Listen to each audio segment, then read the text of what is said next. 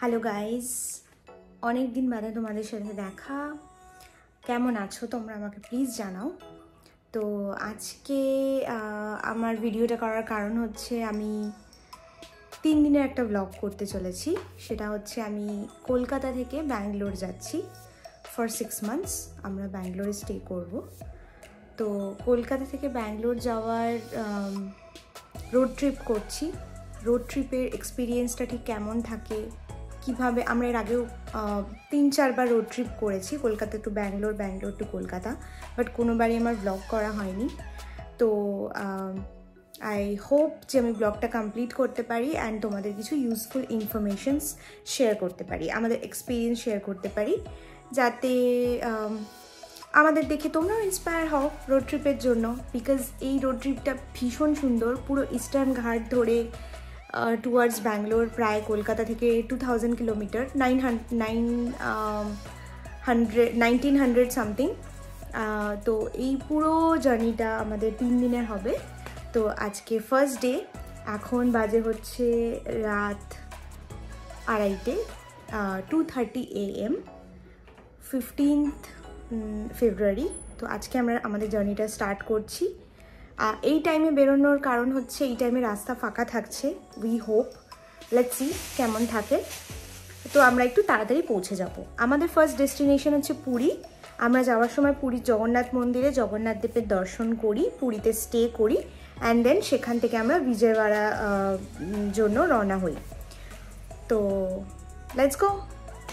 6 মান্থসের জন্য যাচ্ছি, তো সেই কারণে সোফা টোফা সব কিছু ঢেকে ওই দিকটা আরও ঢাকতে হবে।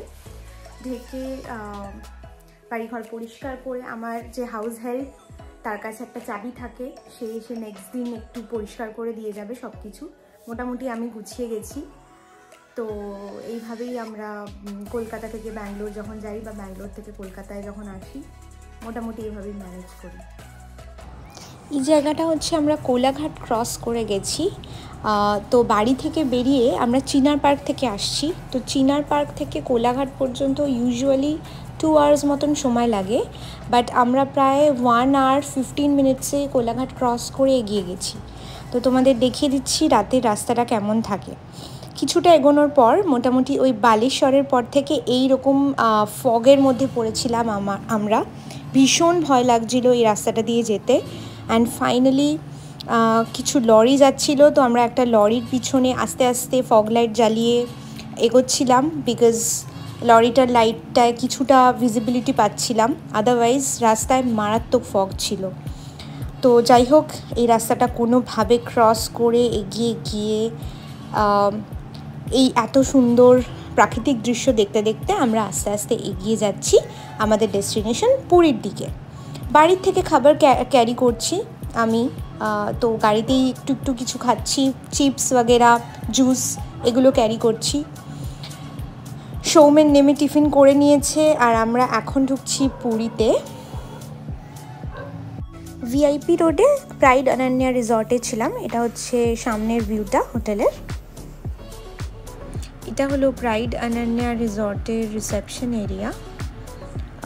ঢুকেই ঝটপট আমি ফর্মালিটিসগুলো কমপ্লিট করে নিলাম। সৌমেন পার্কিংয়ে গাড়ি পার্ক করতে গেছে, ততক্ষণ আমি বসে এই ওয়েলকাম ড্রিঙ্কটা এনজয় করছি। আমপানার শরবত ছিল, খুবই টেস্টি। সৌমেন চলে এসছে and finally he is giving his ideas. আর এটা হলো আমাদের রুমের লবি এরিয়াটা।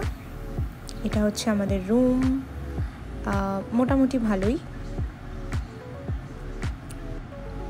এটা এন্ট্রান্সে ঢুকেই ঠিক বাঁদিকে হচ্ছে ওয়াশরুম মোটামুটি পরিষ্কার ছিল, দেখে নাও। পর্দাটা সরিয়ে একটু দেখে নিই বাইরের ভিউটা কেমন। নর্মাল সিটি ভিউ, মোটামুটি ভালোই, বাইরে থেকে আলো আসছে। মোটামুটি ওভারঅল রুমটা খারাপ না, ভালোই, ডিসেন্ট। সব থেকে বড় কথা হলো পরিষ্কার, যেটা আমাদের মেন দরকার for 1 night stay, that is very good. ওয়াশরুমে একটা গ্লাস ওয়াল আছে আর সেখানে একটা এরকম ব্লাইন্ড আছে, তো ইউজুয়ালি ওই গ্লাস ওয়ালটা দিয়ে এপার ওপার দেখা যায়, বেশ মজার ব্যাপারটা। ওয়াশরুমে সব থেকে মজার আমার যেটা লেগেছে সেটা হলো এরকম একটা ড্রায়ার আছে। এটা খুবই ইউজফুল বলে আমার মনে হয়, এটা অ্যাকচুয়ালি আমার কাজে লেগেছে। এই হেয়ার ড্রায়ারটা সত্যি খুব কাজের। আর তাছাড়া normal moisturiser, shampoo, hand wash, brush set যেটা দেয় হোটেলস থেকে, সেগুলো সবই ছিল, অ্যাম্পল পরিমাণে ছিল, which is good.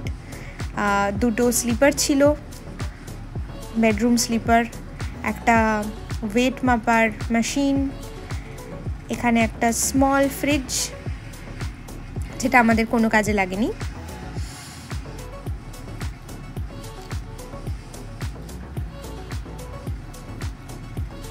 এমিনিটি wise it looks good. এখানে জল, filter water, normal mineral water, coffee, tea, green tea সবই ছিল, কফি মেকার। ফাইনালি পৌঁছে গেছি হোটেলে পুরীতে। এখন বাজে হচ্ছে বেলা 11টা। আমরা সত্যি ভাবতে পারিনি এত তাড়াতাড়ি এখানে পৌঁছে যাব, বিকজ রাস্তায় প্রচুর অবস্টাকেল ছিল। আমি দেখিয়েছি কীরকম কুয়াশা ছিল অ্যান্ড অল, বাট তার মধ্যেও আমরা খুব তাড়াতাড়ি পৌঁছে গেছি ডেস্টিনেশনে। তো এখন আমরা কমপ্লিটলি রেস্ট নেব না, বিকজ আমরা রাস্তায় খেয়েছি। আমি বাড়ি থেকে খাবার ক্যারি করছিলাম, অল্প একটু ফ্রাইড রাইস বানিয়ে নিয়ে এসেছিলাম, তো সেটা খেয়ে নিয়েছি। সৌমেন রাস্তা থেকে দহিবাড়া খেয়েছে। তো আমাদের দুজনেরই পেট মোটামুটি ভরা, তো সুতরাং আমরা এখন একটু রেস্ট নিয়ে নেবো, স্নান করব, তারপর ঘুমাবো।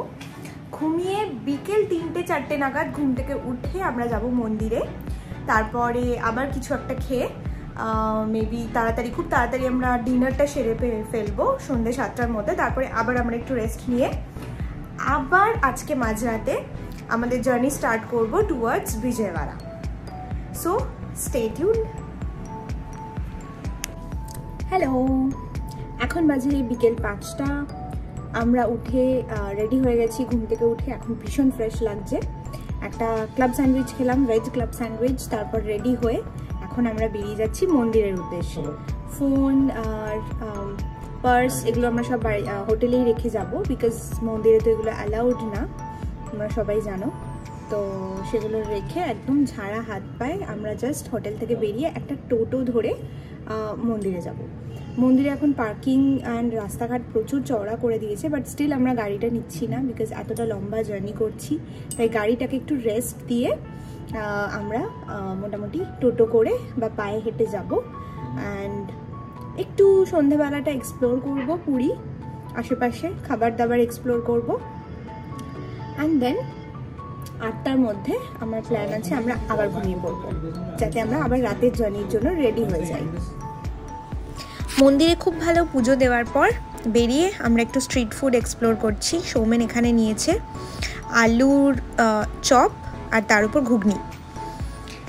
এটা একটা রোড সাইড ফুড অ্যান্ড সত্যি ভীষণ টেস্টি ছিল। তারপর চলে গেলাম পুরী সি বিচে, এবং সেখানে গিয়ে আমি যেটা সব সময় খাই সেটা হচ্ছে চিংড়ি মাছ ভাজা। এটা খেলাম, খুব টেস্টি ছিল। এইসব স্ট্রিট ফুড খেয়ে আমাদের পেট মোটামুটি ভরে গেল, আর ডিনার করার মতো অবস্থা দেখছি না। তো এখন আমি আমার জিনিসপত্র গুছিয়ে নিচ্ছি। ল্যাপটপ চার্জারটা ব্যাগে ঢুকিয়ে দিলাম, শ্যাম্পু ফাউন্ডেশন যা যা বার করেছিলাম সেগুলো সব ব্যাগে ঢুকিয়ে প্যাকিংটা শেষ করে এবার আমি যাব ঘুমাতে। সলিড ডিনার করার মতন অবস্থা আমার সৌমেনের কারোরই নেই। এই পুরো দিনটাই খুব ভালো কেটেছে।